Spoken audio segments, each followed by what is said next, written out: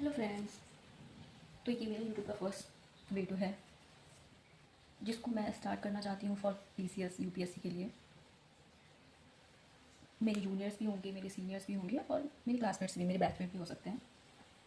तो मैं ये स्टार्ट कर रही हूँ। बहुत सारे बच्चे कोचिंग अफोर्ड नहीं कर पाते हैं, बट अगर जो कोचिंग ज्वाइन भी कर लेते हैं तो सबसे बड़ी प्रॉब्लम जो मैंने भी फेस की थी वो था सिलेबस। जनरली कोचिंग का फोकस सिलेबस पे नहीं होता है, वो किसी भी सब्जेक्ट से स्टार्ट कर देते हैं। हमारा सब कुछ और पहुँच जाता है क्योंकि हमें कुछ क्लियर नहीं होता कि किस सब्जेक्ट का कितना रोल है, कितना परसेंट है, किस सब्जेक्ट को हमें कितना इंपॉर्टेंस देना है। तो मैंने क्योंकि ये प्रॉब्लम फेस किया तो मैं फ़र्स्ट यहीं से स्टार्ट करना चाहती हूँ, ताकि जो अगर मैं हेल्प कर पाऊँ तो मैं यहाँ से स्टार्ट करूँ। तो सिलेबस मेरा स्टार्ट होता है कि मैं 50 डे का चैलेंज कर रही हूँ क्योंकि आज है 24 अगस्त और 12 अक्टूबर यूपीपीसीएस का एग्ज़ाम है। तो 50 डे का चैलेंज होगा जिसमें मैं ऑलमोस्ट चीज़ें कवर करने की ट्राई करूँगी।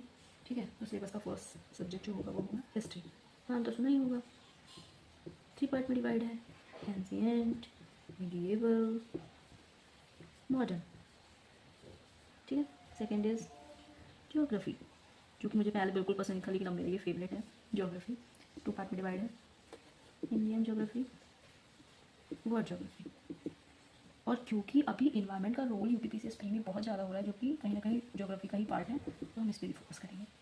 Third is polity, laws and rules, government. Then science and tech, जो कि 15 to 20 एवरेज क्वेश्चंस कवर करता है, जो कि मोस्ट इंपॉर्टेंट हो चुका है। इसे भी हम साइंस को 3 सब्जेक्ट में डिवाइड कर सकते हैं: बायो, जो कि मोस्ट इंपॉर्टेंट है, देन फिजिक्स के भी क्वेश्चन, केमिस्ट्री एंड टेक्नोलॉजी को, जो कि करंट बेस पे चलता है, जैसे मिसाइल्स हो गई, इंटरनेशनल जो डिस्प्यूट्स हो रहे हैं उस पर हम टेक्नोलॉजी का कैसे यूज़ कर सकते हैं। विदाउट मॉडर्नाइजेशन हम वर्ल्ड के साथ नहीं चल सकते, पॉसिबल ही नहीं है।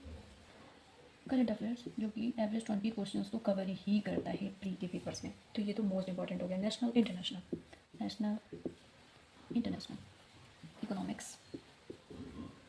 पीसीएस में अगर देखेंगे तो सबसे ज़्यादा बजट का रोल होता है। आई नो कि आपको स्टैटिक क्वेश्चन जरूर पता होना चाहिए, क्योंकि अगर वो क्लियर नहीं है तो बजट में कौन से वर्ड्स यूज़ कर रहे हैं, किस वर्ड का क्या मीनिंग होगा, ये हमारे बजट को कैसे पार्टीशन या डिवाइड करता है, कितने वेटेज में है ना। बजट होगा वो सेंट्रल भी हो सकता है, स्टेट भी होता है।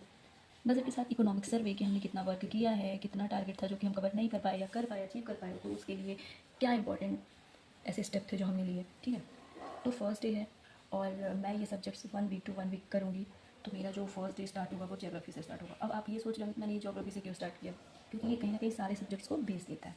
फर्स्ट चलते हैं हिस्ट्री पे। ये बताइए, आप सबने सुना होगा बिग बैंग थ्योरी से हमारा अर्थ बना है, अर्थ पे क्रिएचर्स का ओरिजिन हुआ, ओरिजिन कहीं ना कहीं हमारे एंसेस्टर्स हो गए, है ना।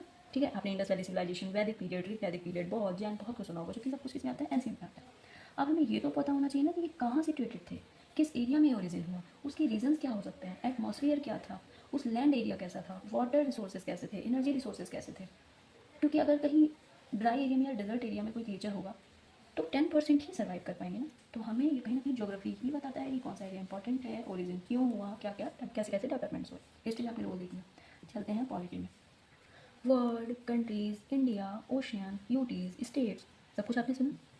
डिवाइड किसने किया, ज्योग्राफी ने। किस बेस पे किया, लैंड, वाटर, डिवाइड किया ना। इसका इफेक्ट और पॉलिटिक्स है। आपने लोकसभा सुना होगा, राज्यसभा सुना होगा, इसमें एमपीज आते हैं, मतलब मेंबर ऑफ पार्लियामेंट। ये मेंबर्स किस बेस पे आते हैं, ये आपने कभी सोचा। ये आते हैं उस स्टेट के एरिया और पॉपुलेशन पे ही डिपेंड करता है कि किस एरिया से कितने एमपीज आएंगे। और ये पॉपुलेशन एरिया कौन डिसाइड करेगा, ज्योग्राफी करेगा। रोल पता चल गया। साइंस एंड टेक में चलते हैं। जो भी साइंस एंड टेक करंट में आप इंटरनेशनली डिस्प्यूट सुन रहे होंगे, कभी रशिया का, कभी अमेरिका का, कभी पाकिस्तान ही इंडिया को कितना परेशान करता है। तो हम पहले तो उस एरिया कंट्री की बाउंड्री डिसाइड करते हैं ना, फिर डिसाइड करते हैं कि किस एरिया से मिसाइल्स आ रहे हैं, टेक्नोलॉजी क्या क्या यूज़ कर सकते हैं, न्यूक्लियर पावर को हम कैसे टैकल कर सकते हैं, ज्योग्राफी ही डिसाइड करेगा। करंट अफेयर्स, जो कि एक वर्ड कहीं ना कहीं ज्योग्राफी से ही रिलेटेड है, और करंट अफेयर्स सारे सब्जेक्ट्स को कवर कर लेता है। इकोनॉमिक्स में रोल देखते हैं।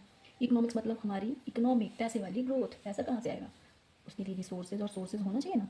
अब ये रिसोर्सेज कौन कंफर्म करेगा कि कहाँ से आ रहे हैं, ज्योग्राफी ही तो डिसाइड करेगी, आइडेंटिफाई करेगी कहाँ मिनरल्स है, कहाँ पेट्रोलियम है, कहाँ गोल्ड है, कितना एक्सट्रैक्ट करना है कि प्रेजेंट की नीड्स को फुलफिल करके हम फ्यूचर की जनरेशन को सर्वाइव ना करने दें और उन्हें भी उतनी परसेंट में ही देने की कोशिश करें। इकोनॉमिक का रोल हुआ। बजट पैसे पे ही तो बनेगा। ठीक है। तो ये होगा हमारा सिलेबस, मेन फोकस हमारा होना चाहिए। और यूपी स्पेशल, ये तो भी किसी भी पीसीएस का वो स्टेट स्पेशल हो ही जाता है, तो आपको पता ही होना चाहिए। तो जैसा कि मैंने आपको बताया कि हम ज्योग्राफी से स्टार्ट करेंगे, और क्योंकि मेरा फर्स्ट डे है तो 1 वीक का चलेगा। तो सबसे पहले आपको ये तो पता होना चाहिए ना कि हमारा प्यारा भारत कहाँ है। तो अगर मैंने सिर्फ इंडिया का मैप बनाया तो ठीक है, वो आपको पता होगा, लेकिन आपको वर्ल्ड में पहले पता होना चाहिए। तो मैं एक वर्ल्ड का मैप बनाने की ट्राई करती हूँ। ठीक है।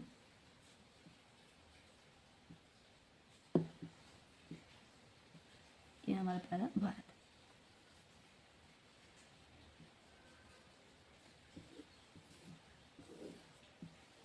ठीक है, ये है हमारा प्यारा भारत। रशिया, जो कि हमारा बहुत अच्छा फ्रेंड है, स्टार्टिंग से इसने हमारा काफ़ी सपोर्ट किया। चाइना, जो कि हमेशा परेशान करता है। पाकिस्तान, इसे तो बच्चे भी जानते हैं। ऑस्ट्रेलिया, ये है हमारा यूरोप, जो कि सबसे रिच माने जाता है कंट्रीज़ में। अफ्रीकन कंट्रीज़, जो कि अभी इकोनॉमिक ग्रोथ कर रहे हैं। USA, north USA, Donald Trump, south USA, Brazil, etcetera. Okay, अब इंडिया को आपने देख लिया हम कहाँ पे हैं। अभी आपको बहुत कुछ सुनना है, इक्वेटर लाइन, कैंसर लाइन कैसे डिवाइड होगा, किस लाइन पे होने पर क्या इफेक्ट पड़ता है, ये सब कुछ आपको पता चलेगा। अब क्योंकि आपको ये वर्ड ज्योग्राफी में आपको इंडिया पता चल गया, तो अब हम इंडिया का मैप देखेंगे। ठीक है, मैं बस ट्राई कर रही हूँ, परफेक्ट नहीं हूँ, बस आपकी हेल्प के लिए।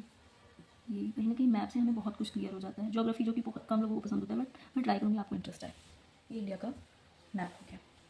अच्छा, आप सबको पता है कि इंडिया जो है वो 7th लार्जेस्ट कंट्री है पूरे वर्ल्ड में एरिया पे, क्योंकि हमारा एरिया कितना है 3.28 मिलियन किलोमीटर स्क्वायर, जो कि पूरे वर्ल्ड का 2.4% हमारा कवर करता है। ठीक है, और हम और किसी चीज़ में टॉप करें या ना करें, लेकिन हम फर्स्ट रैंक होल्ड करते हैं पॉपुलेशन में। हमने चाइना को भी पीछे कर दिया है।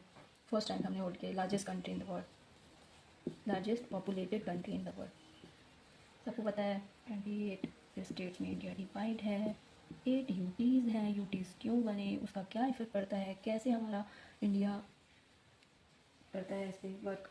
ठीक है, तो क्योंकि ये आज हमारा फर्स्ट डे है चैलेंज का, तो मैंने सिलेबस आपको क्लियर किया है, और ये हमारे इंडिया से एक मैंने ओवरव्यू दे दिया आपको, और नेक्स्ट डे से हम आपको अच्छे से बताएंगे। तो लाइक करें, सब्सक्राइब करें, और मैं हेल्प करूँगी, क्योंकि मैंने बहुत डाउन लेवल पे प्रॉब्लम फेस किया है, तो मैं ट्राई करूँगी कि वो बच्चे ना करें। जो अच्छी कोचिंग अफोर्ड कर सकते हैं ठीक है, बट जो नहीं कर सकते हैं वो इनके लिए ये बहुत हेल्पफुल होगा। Thank you.